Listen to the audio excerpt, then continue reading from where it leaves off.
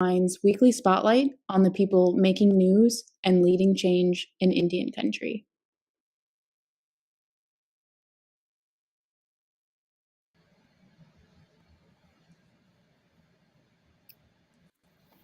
Hello, I'm Levi Rickert, publisher and editor of Native News Online. This coming Monday, September 12th, is political prisoner Leonard Peltier's 78th birthday. Peltier, a tribal citizen of the Turtle Mountain Band of Chippewa Indians, has been incarcerated for 46 years. And he was convicted of killing 2 FBI agents on the Pine Ridge Indian Reservation in 1975. There has been controversy surrounding how the FBI handled the evidence in the case. Many legal experts maintain Peltier should never have been convicted for the crimes he did not commit.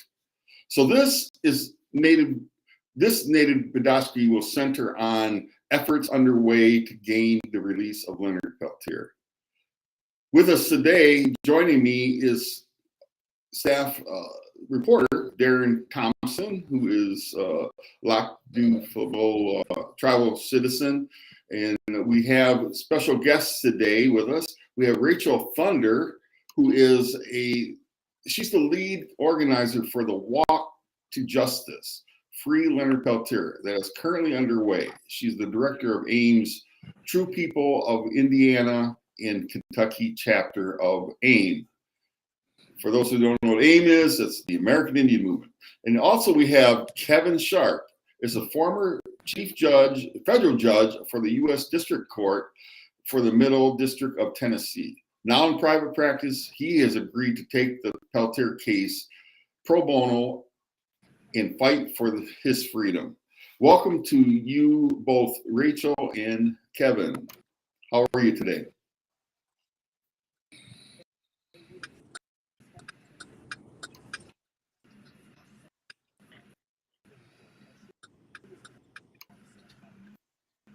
Rachel? How are you today? Have we lost Kevin? I think we may have. Well, Darren, why don't you pipe in? It looks like we may have some technical problems going on here. I'm not sure if you can hear me. Yes, you're coming in loud and clear. So we have lost Kevin Rachel, Sharp. Whenever. Hey, Rachel, you're actually on the walk, aren't you?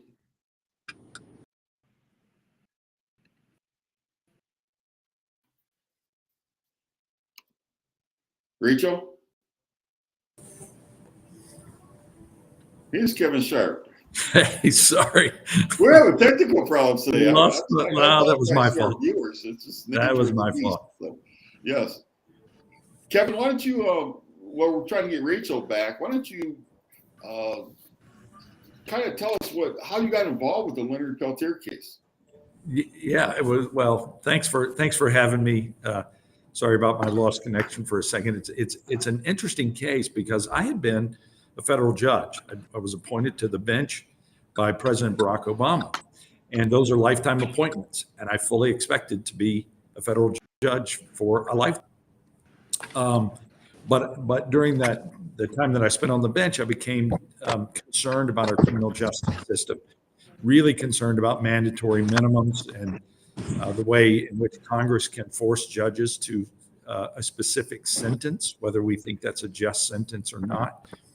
When I had to sentence a young man to 2 life sentences for a nonviolent drug offense, it really came down to I had to make a decision: am I more valuable to society on the bench or off the bench?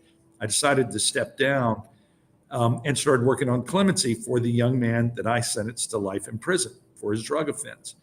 That then led me to the White House. Kim Kardashian became involved in the case, Van Jones. We met with President Trump, and ultimately were able to get clemency for this young man. His name is Chris Young.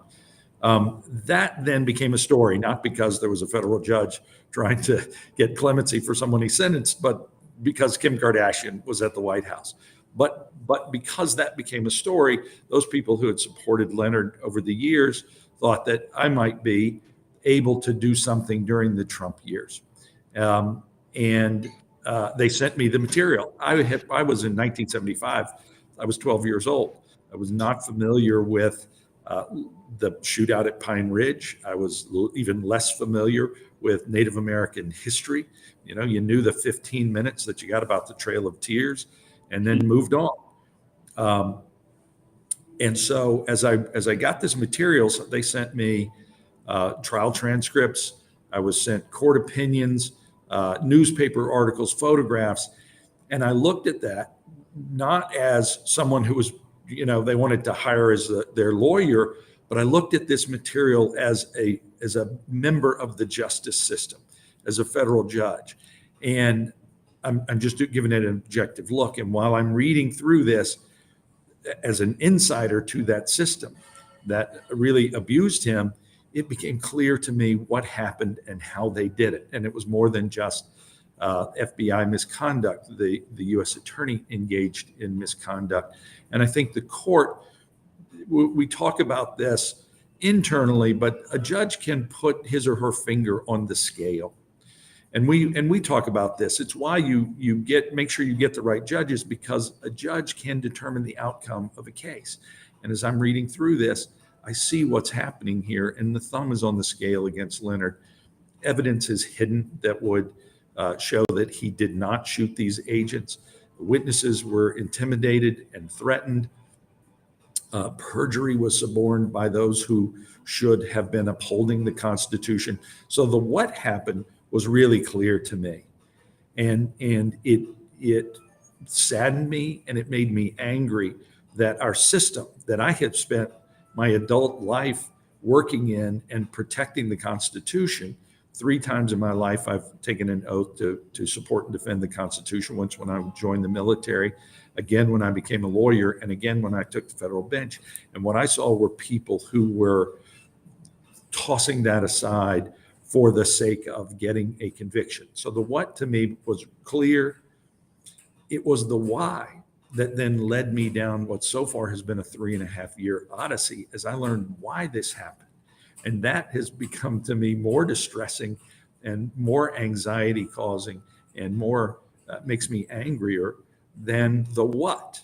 And so I came into Leonard's case, agreed to take it pro bono,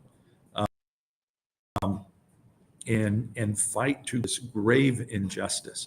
And you know, that's how I got here. And that's the shortened version. And every day I wake up thinking about Leonard and what can I do today to correct this. Leonard, for me, it's more than just about a person.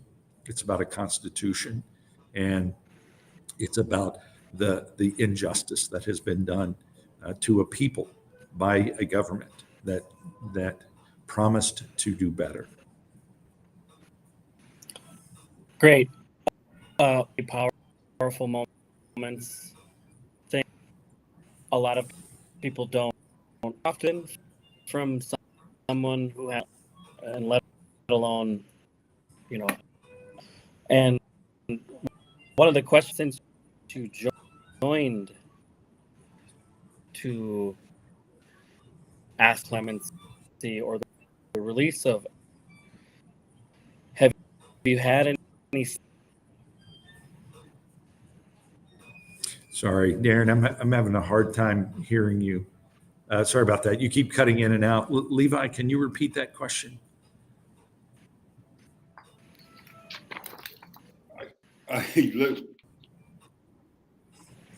I'm not sure what question he was going to ask you, actually. I was having a hard time myself. So Yeah, Darren, you were cutting in and out, and I missed it. Can you type it into the chat, or is it too complicated? Sorry. Yeah. Well, hey, Rachel, since we have you on, you're back. How you doing today? You're literally on the walk, aren't you? Yeah, Tonse, Levi, Kevin, and everyone here. Yeah, I had to disconnect because I was muted and I couldn't get it left and came back. Yeah, we're here on the walk. We're up over 150 miles east of Minneapolis here after this first week. We're currently in between Hickston Wisconsin. So everything has been going really good. You know, actually, when we were getting the sound, you know, check and everything set up, 4 eagles flew right over, and that's something that, you know, we've had the blessing of seeing every single day, is that chief of the sky, that McGeezy, that Wombly coming and showing us, protecting us. So it's really been beautiful to see those eagles cut, you know, and all the other relations that have been showing themselves to us. So good. Appreciate all of your all support, and I am currently literally on our vehicle right now. So if you hear any radio chatter or my blinkers flash, that's what's going on. There's a lot of movement. I got to make sure our walkers are safe and keep up with them. Well, I for our viewers, you want to know what's going on. I've actually been on the longest walk with Dennis Banks in the past, and of course he's now passed on. But Rachel's showing her true warriorship today. She's on the front line. She's actually out there doing it in some place in Wisconsin, and so if it's disturbing to the viewers that, you know, the in and out. The technical problems, that's just the reality, but so we apologize. But Rachel, tell me this: who came up with the idea for the walk, and what's your real purpose of the walk? So just, you know, the walk is coming through the American Indian Movement Grand Governing Council. It's here, and you know, we wake up one day as AIM and Leonard. There were those of us that were having dreams. Leonard Peltier, and you know, I can only speak for the dreams that I was having, and on some of the others sometime, and they can talk about their dreams. But in these dreams that, you know, I would be in Leonard's prison cell, up in that cell with him, and he's sitting on his bed with his face, and he wouldn't say anything, and you know, I would always just tell him to, you know, don't worry, your people are coming to get you, we haven't forgotten, and AIM is coming to get you. And so these dreams, they kept coming, you know, people, and we ended up going into ceremony about praying on it, and you know, through that prayer and those ceremonies, it came in. So we started planning this walk, many hours from the heart of the American Indian movement to Washington, D.C., to carry that Elder Peltier's release from the heart of the movement to those people that are there in terms of influence, see his release. So it's 1,103 miles. We're in Wisconsin right now, to Illinois, Indiana, Ohio, Pennsylvania, and into DC. It's going to take about 2.5 months total. We're just through our first good. It's been really positive. It's a blessing and an honor that have made this commitment for 2.5 months, because that's not an easy commitment to make. Western society that we live in, you know, a lot of people are, you know, even people have to, you know, work in this system that's been created. To be able to go for 2.5 months to carry this prayer. So all these walkers that are here that have come in from all around Turtle Island. You know, and I want to thank also, like, all of our hosts. Some really beautiful spots. That all of that. And you know, in those for ceremony too, clean off our walkers and to pray for Leonard. You know, on top of the actual walk itself, you know, we're having these rallies and events along the way. So our next one is actually going to be in Madison, Wisconsin, on the 17th at hold on, I have it written down here, at James Madison on September the 17th in Madison, Wisconsin. And then having our go on the 24th, where we'll share that location on our social media pages. We kind of want to keep up with us, you know, they can just follow Peltier's Walk to Justice. We do post daily updates on where we are, things we need, the things that we're thankful for. And that's kind of like our mission. We also have an Instagram page, and it's the same name, same title, Justice. And if you don't have social media, that's okay too, because you can email us at justice.com. And we invite everybody to come and join us. You know, come walk for it, whatever your schedule is. Just come walk for an hour. You know, help us carry this prayer, give our feet. You know, it's just been really beautiful to see all these people coming together and to hold it, to get these miles covered. And, you know, of course, that's donated supplies and monetary donations. Those are appreciated too. And we ask is that, you know, we're running a zero tolerance policy, no drugs, no influence, because this is a prayer and it's a ceremony, and we can't have that kind of influence. Well, thank you, Rachel. I'm glad Darren's back with us. Darren, you were asking Kevin a question before you got interrupted. Yeah, hopefully this works. And my apologies in regards to Kevin. Since you joined this effort to get prison, can you share with us with what you can and are able to progress or hope that you can inform us with?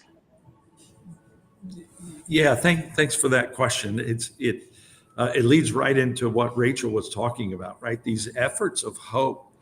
One of the things that I did, you know, this walk has been amazing because it's bringing attention to this. And when people hear about it and learn about what happened, they're on board. They are supportive of these efforts, and they're supportive of clemency for Leonard. You know, the trick is that it's been, 46 years, and the support has always been very deep for Leonard. What we need is for that support to get wide, and there's kind of a perfect storm happening right now of support. The story about what happened to Leonard is one that takes hundreds of years to tell and to live, right? What happened at Pine Ridge was inevitable because of what happened at Wounded Knee in 73 and what happened at Wounded Knee in 1890. And it was inevitable because of what happened at Alcatraz, and what happened at the BIA building in 72, and what happened, at Sandy Creek, or pick your massacre almost. I mean, I don't want it to sound flippant, but my God, pick your massacre. It was inevitable that what happened on June 26 was going to happen. Maybe not that day, but no one should be surprised. And the story of what happened has always been there, and that doesn't change. But there wasn't an audience that was ready to listen to it. Those that lived it or had ancestors who lived it knew it, but the mainstream wasn't ready to hear it. And that's what's changed. And that's why I have hope that there is an audience out there that watches this walk and keeps up with it, or even hears about it for a moment and realizes there's something important happening here. Buffalo Springfield, there's something happening here. And there is, and that's why I have hope. The world, and particularly the United States and the mainstream citizens who otherwise, I consider myself part of that if you wanted to learn this history, you had to go work for it in school.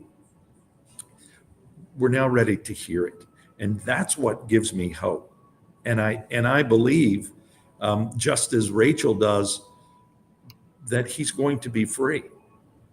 And I hate that it's taken this long, but I think Leonard feels his home under his feet again and not a prison. And I think I'm very objective and a little pessimistic of knowing how the system works in general, but I don't feel that now. And I have hope for so many different reasons, but mostly because I listen and we have a commander-in-chief who's ready to do something about that. But again, Leonard is people call him a political prisoner, and that means different things to different people. But I think everyone can agree he is a prisoner of politics. The only reason he is there today, the only reason he hasn't been paroled or was never convicted in the first place, or someone didn't grant clemency along the decades since these events happened, is because of politics. And I think the world has changed, and the politics now are going to be such that this problem will be corrected. Well, To the extent you can. I'm hopeful. That's why with his birthday on Monday the 12th, I think it was a good time to bring you on, Kevin, and Rachel, so we can amplify her walk. And Rachel has actually a special guest. She just informed us is with her on the walk, and that is Kathy Peltier, Leonard's daughter. And take it away, Rachel. Yeah, I just wanted to give Kathy a moment to speak a little bit, and it's such an honor to have her and the family support, and this nerd, but it's also for his family because, they've suffered and sacrificed a lot too. Hand it over to Kathy. Here you go, Kathy. Okay. Yeah. Hello, everybody. It's good to see you, Kathy. I haven't seen you since the longest walk. So how are you? When I was 2 years old. I'm really thankful for Rachel approaching me 2 years ago about this walk.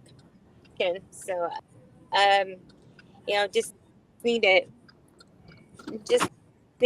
for, putting this on because it takes a lot of work and a lot of, just a lot of work. And keep that focus in prayer and motion. Well, Kathy, let me ask you this question. How are you able to communicate with your father when he's still obviously in prison down in Florida? But have you had a chance to talk to him recently? Not recently, just because I have a busy. But I do want to go see him again. Hopefully, if it has to be in prison, then I guess it will be. Darren, what questions do you have for Kathy? Just how's it going? Have you been on the walk since many? Yes, I flew out to Minneapolis on August 28th, and I've been here on the walk since then. And at least trying to do a little of the walk each day if I can. I'm injured. But on my first day, I've been not trying to push myself, but at least trying to walk at least 2 miles a day because my back is killing me today. That actually is pretty aggressive.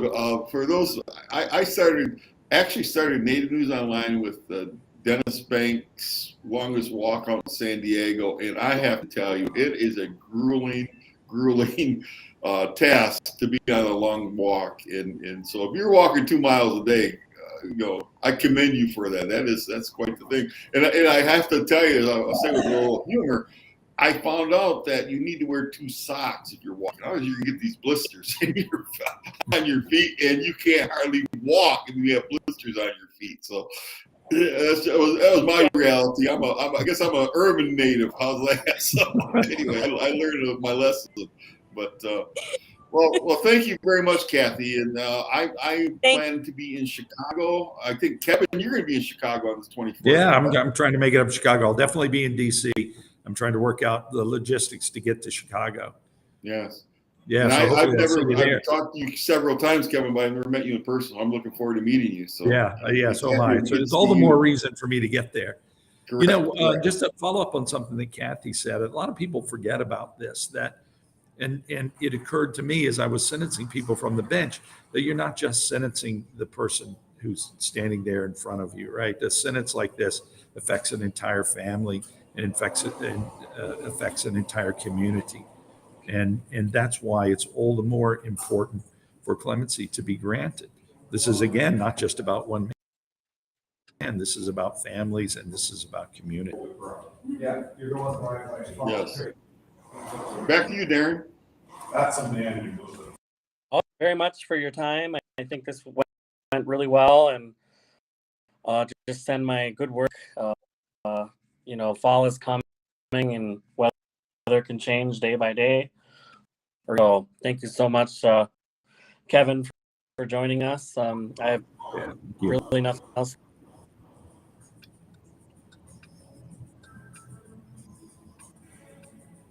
Well, thanks for having us on. This is all part of, that widening of the support. It's so deep, but we need to make it wide. They're constituents to the president, and the president cares about constituencies. And this is an important one of the Native American communities, the indigenous peoples, and those of us who are learning this story and want to see a better country than what we've got, and better than the one that did this to Leonard Peltier. So thank you for having us on, continuing to talk about this. Yes, and thank you, Kevin, for coming on, and you, Rachel, and you, Kathy. We just really want to amplify the message that it's time for Leonard Peltier to go home. And so, to our viewers, thank you for watching and tuning in to our Facebook, Twitter, or YouTube account. And we will be back next week with another version of Native Bidaské. And have a good week, everyone. Thank you. Thanks. If you appreciate what we do here at Native News Online, we invite you to donate to support our continued work covering Indian country. You can scan this code with your smartphone or go to the link located below this video to donate today. We greatly appreciate your support. We also want to invite you to subscribe to our daily newsletter, and be sure to subscribe to our YouTube channel and follow us on Facebook, Twitter, and Instagram.